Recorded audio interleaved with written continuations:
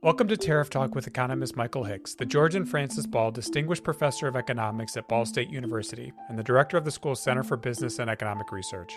I'm Nathan Gotsch, and in this first episode, I'm going to be asking Dr. Hicks about the history of tariffs in America, what economists have learned from that history, and how concerned we should be about our country's trade deficit. Can you just explain to us what is a tariff? Right. The best way to think of a tariff is as an import tax that's administratively levied either on the importing firm or the purchasing firm. If Canada sends a piece of equipment to a factory in Indiana, at the border, somebody stops and is assessed a tax on it, and it's either paid there or paid administratively later by the buying entity. Okay, so can you talk about notable times in the U.S. where we've used tariffs in our history? Yeah, the most recent that we've had a large tariff like this was in 1930. The smoot-hawley tariffs were levied to try to get us out of the Great Recession, which began in October of 1929. Then in 1962 or 63, Congress passed the Trade Act, which in Section 232 of that authorized then President JFK to administer tariffs quickly as part of the Cold War strategy. And that's been used on a few occasions before Donald Trump used them in 2018, most notably in 2004, 2003 by George W. Bush, who imposed tariffs for about 90 days and decided they weren't working. So U.S. has some small tariffs on some countries. There's a lot of residual tariffs that are largely the consequence of one very vocal industry trying to prop itself up domestically. But for the most part, over the past, really since 1934, the United States and most of Western Europe has tried to cut tariff rates as low as possible, just simply to boost domestic productivity and consumption. So, historically, there's this big smoot-hawley is the one I think everybody needs to keep in their back of their head. Can you tell the story of the smoot-hawley tariff and what happened when it was implemented? Right. So we placed some small tariffs on board in 1928. This is the Hoover administration, 1929. And they resulted in, among other things, contributing to the stock market crash of 1929.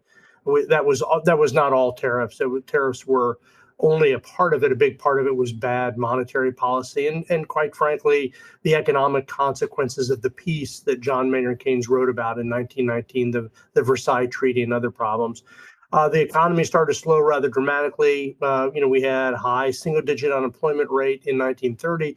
And the Hoover administration said, well, the best way to fix this is that we'll just force manufacturing into the United States, which, of course, at the time, 40% of Americans were manufacturing goods, 45% were in agriculture.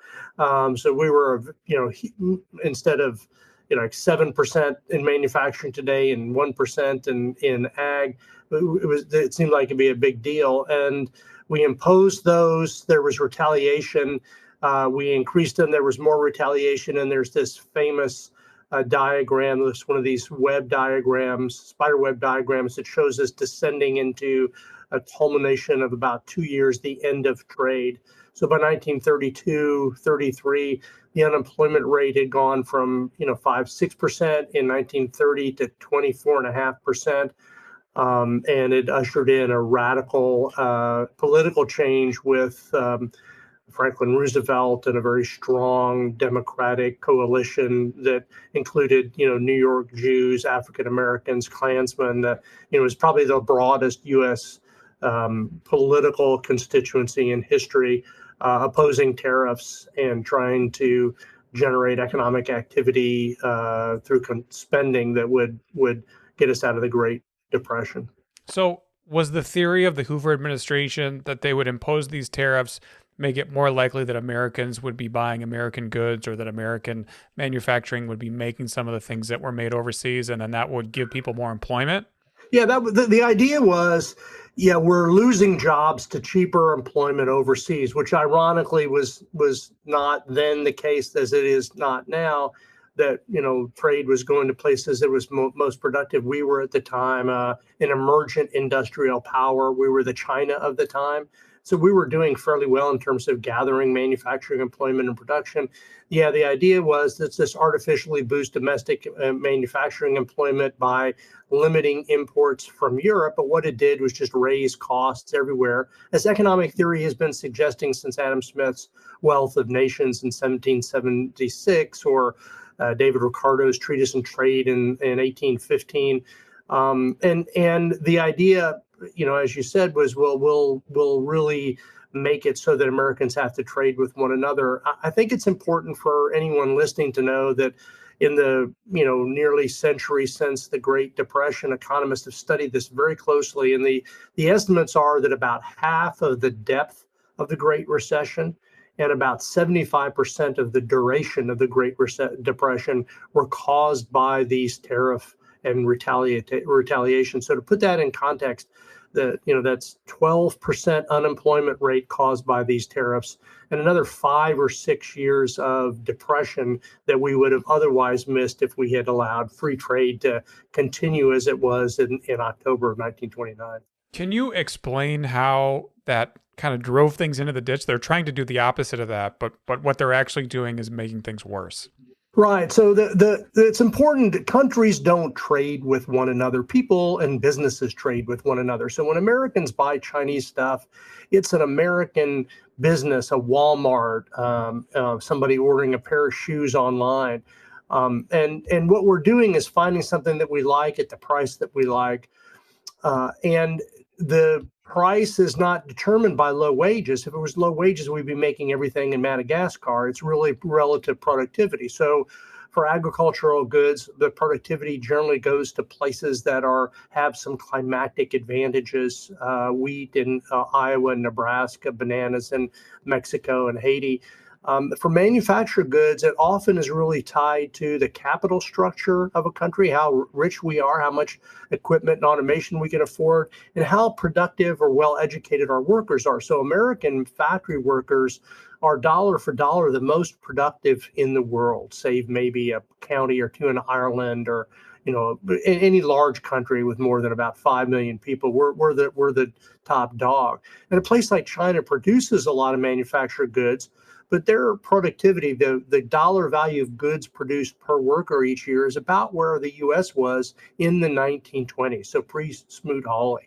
And so manufacturing of things that are pretty low productive activity, like plastic injection clips for a wire harness into a car, they go to a place like China or Vietnam, or straightening wire and bending it into a dog cage.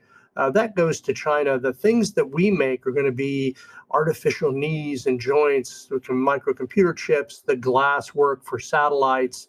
We're going to make complex things like automobiles. We're going to be using about a third of the parts. The cheap parts come from other places, and they're assembled and move across borders. I think a Toyota Corolla has about 30,000 different pieces in it. And a big proportion of those will cross international borders 3 or 4 times. And so it's a very integrated supply chain, and we do very well in that supply chain. We when you talk about deindustrialization in the United States, it's important to know we're manufacturing powerhouses. Our record year of manufacturing production in inflation-adjusted terms was like 2023 or 2024. We did so with much fewer workers. We peaked our employment back in 1979. Here in the Midwest, normally about 1973. And so it's the fact that we're very good at it is what has cost us jobs.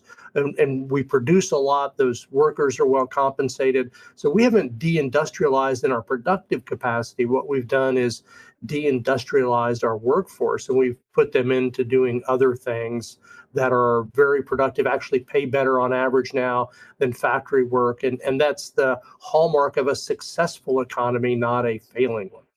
So you mentioned cars. I wonder if you could talk about that in a little more detail. I think a lot of us learned about the assembly line, Henry Ford building these cars in Detroit. why is it not a good idea, or is it a good idea for a car manufacturer to not make all the parts itself and do everything, on the same site? Right, strong. There's a lot of reasons why you would want a diversified supply chain, which Henry Ford didn't use early on because transportation costs were extraordinary.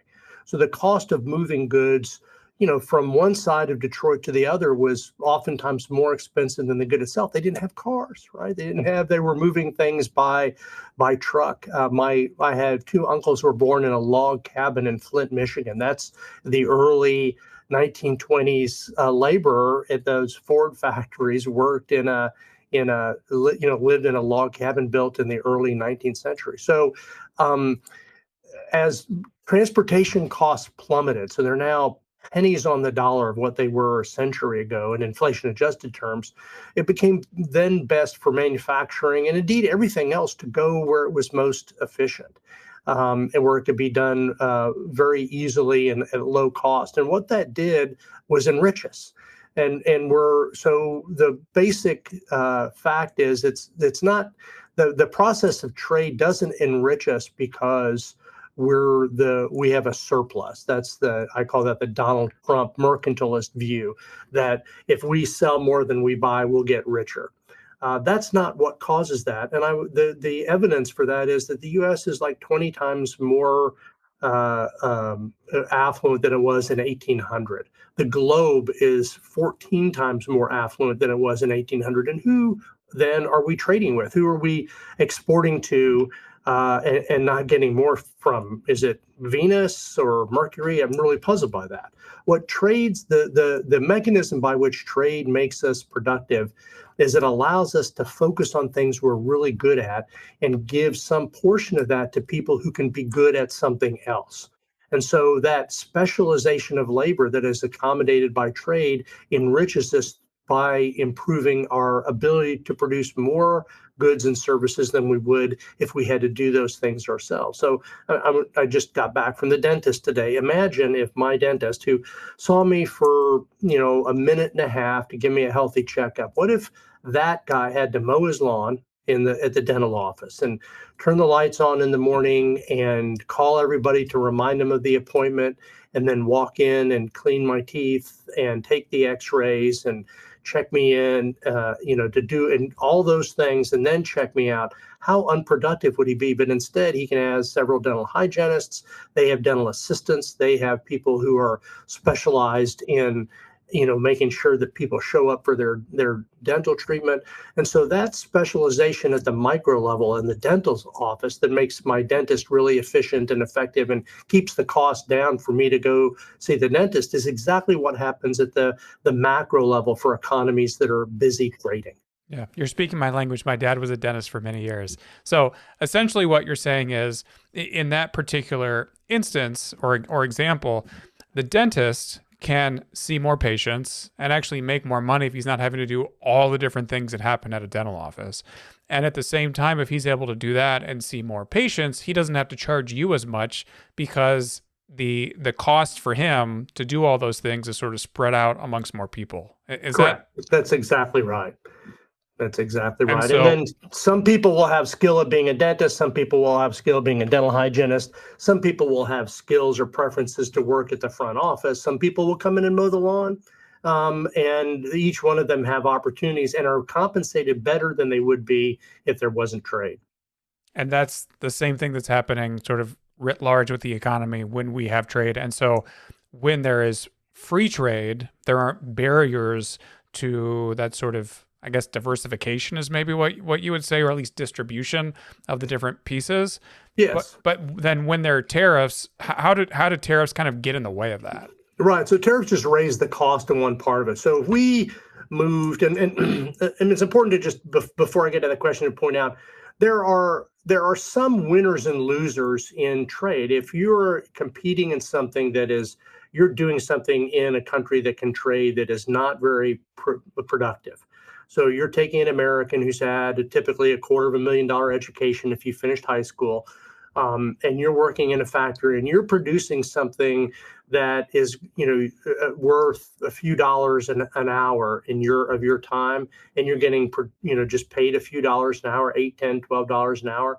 That's a really poor use of resources of somebody who has finished 12 years of K through 12 education and can do algebra 2 and geometry and read and write and do all those other things. And so if you're in an industry or an occupation that's really unproductive, it could go somewhere else. So the industries that we have seen less of in the United States that have migrated somewhere else have been, those things, sewing jeans together, very low wage work, plastic injection molding that you're taking out with your hand and snapping on to a Christmas tree that you assemble with this lighted Christmas tree. That's the type of thing that somebody in a much poorer countries, had much less education, maybe can't read or write, hasn't been to middle school, is more likely to be doing. So they're lower wages, but they're far less productive. So we have not lost good paying factory jobs. We've lost bad paying factory jobs to other places and replaced them with better paying jobs in other sectors, servicing robotics and doing that sort of thing.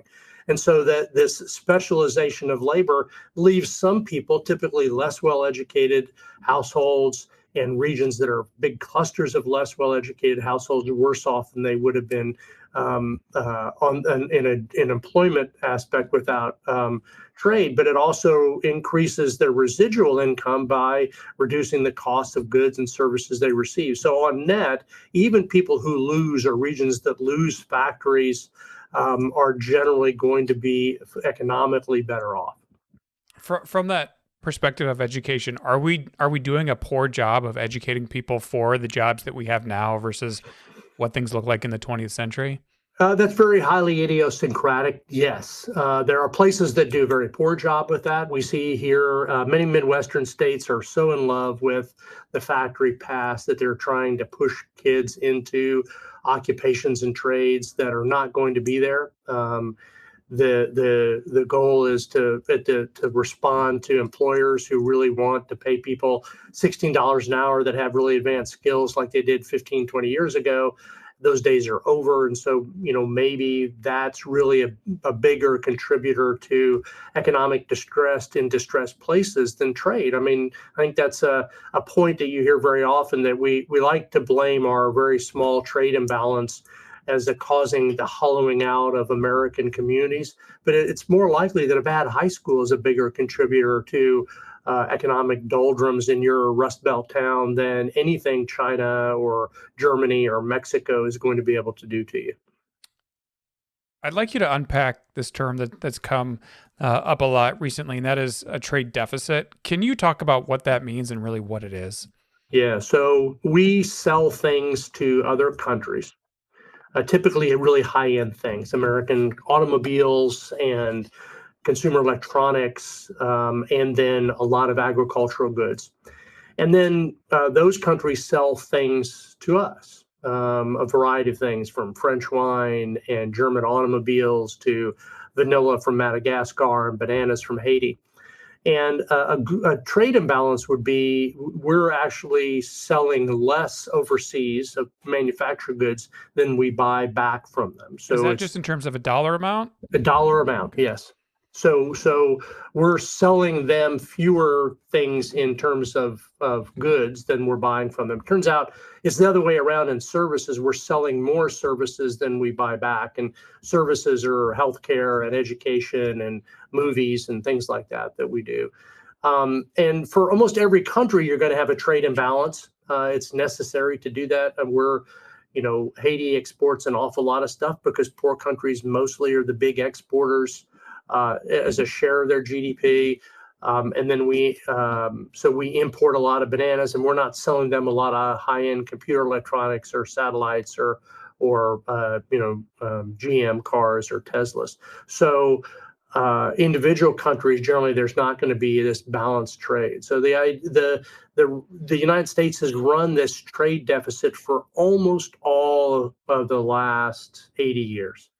A half dozen of the last 80 years, we've sold less to other people than they have bought from us. And the reason for that is that, and this is just arithmetic, the size of the trade imbalance has to be the size of the savings gap domestically. And the savings gap in the United States is, essentially what share of our household earnings or GDP is either goes to consumption of goods, either goes to investment or savings, that's the same thing, or goes to government. And then because we're saving less than we're earning, we do that because people want to invest in the United States. So they buy American factories, they buy American farms, mostly through stock purchases, but sometimes direct purchases.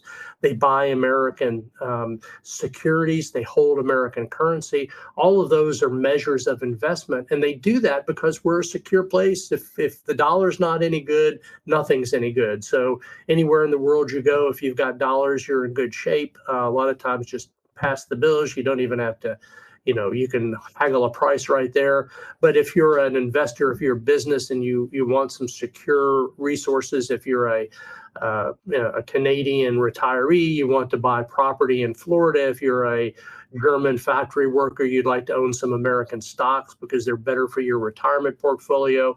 All of that means that what we're really producing in the United States is a lot of goods and a lot of services and a lot of trust. And so that trust actually allows us to consume more manufactured goods than we produce. And that's what the trade balance is. Do you think that some of the confusion over that is because for an individual business, you want to be selling more than you're buying, or be, that sort of a trade imbalance for a business is different than a trade imbalance for a country?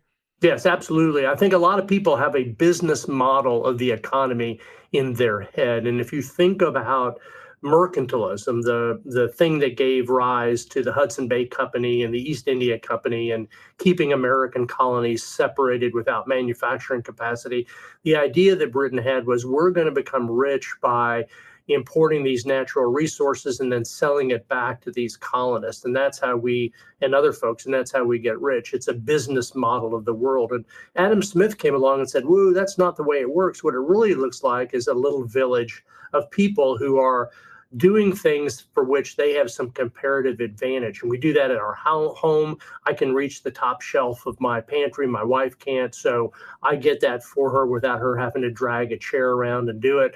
And, she knows how to operate the microwave, which I'm really bad at. So I let her do that. That's comparative advantage. And so when we really think about how places get rich, it's by allowing that, using your comparative advantage and that specialization to allow you that doctor or dentist not to have to mow the lawn and clean teeth, but to do what they're really good at. That enriches everybody, and it enriches everybody in a company. So a dental hygienist in a really productive dental office gets paid more than one in an inefficient one. And a American worker in a very productive American economy is going to get paid a lot better than a worker in an unproductive economy, even if that individual worker is very good. And so that really makes that's what drives that differential. So you're saying that at home you have a chore deficit, but that's actually a good thing. Yes. And in our households, we don't keep accounting of it. If we did keep accounting of it, I'd be running a big deficit, right? Because I'm doing the easy comparative advantage stuff.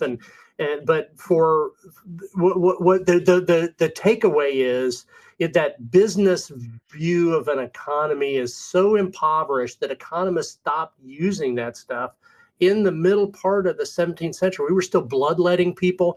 We still thought Earth was created 4,000 years ago. We didn't believe in evolution. We didn't have germ theory. So if you're a mercantilist, if you have the Donald Trump view of the economy that America is one big business that buys and sells, essentially you're throwing yourself intellectually into, the world that, didn't understand, reproduction, didn't understand the almost all of these natural phenomenon that we take for granted here, pre-smallpox vaccine, just ridiculous amount of intellectual ignorance in order to do that. And that's what really is fueling that. With one footnote, there are some businesses that would really benefit from trade. If you're a steel manufacturer in the U.S., you really, really want there to be a tariff because if there's a tariff on steel, automatically the value of the steel that you produce goes up to the tariff rate. You don't have to hire any more workers. You don't have to build a new factory. You don't have to do anything else. You just raise the price of your steel. And so you're willing to spend a whole heck of a lot of money lobbying Congress, or in this case, lobbying Donald Trump and pushing for that tariff. So there are winners in there, but those winners are not going to be steel workers. Steel workers after the 2018 tariffs on steel actually saw, there's actually job losses. And the reason is the factories don't have to be efficient because their competitors all of a sudden faced higher prices. They were able to raise prices and be more profitable without doing the hard work of hiring more people and buying more capital and getting better at their task. So I'm up here in Northeast Indiana, and we have Steel Dynamics. We've got Nucor. Can you just explain what the steel tariffs from 2018, what that did on a practical level, and how it didn't, protect those jobs, help the bottom line? Right. So what it did was it caused the price of imported steel to go up, which meant that the domestic producers were all too happy to raise prices as well. Can you talk about why they raised that price? Right, even though they don't have to because there is no tariff on them. There is no tariff, but then there's no competition. So they're profit maximizing. They now realize there's no competition. If I'm producing this amount, maybe I don't have to raise it 25%. I can raise it 23%. And my consumers are the consumers are the auto manufacturing firms in Northeast Indiana and the Louisiana utility companies that are using steel, and the South Carolina washer dryer company. Anybody who's using those inputs are customers. They're now stuck with the higher price, even though there's no tariff on that. And so that makes them very profitable. Again, they don't have to have better workers.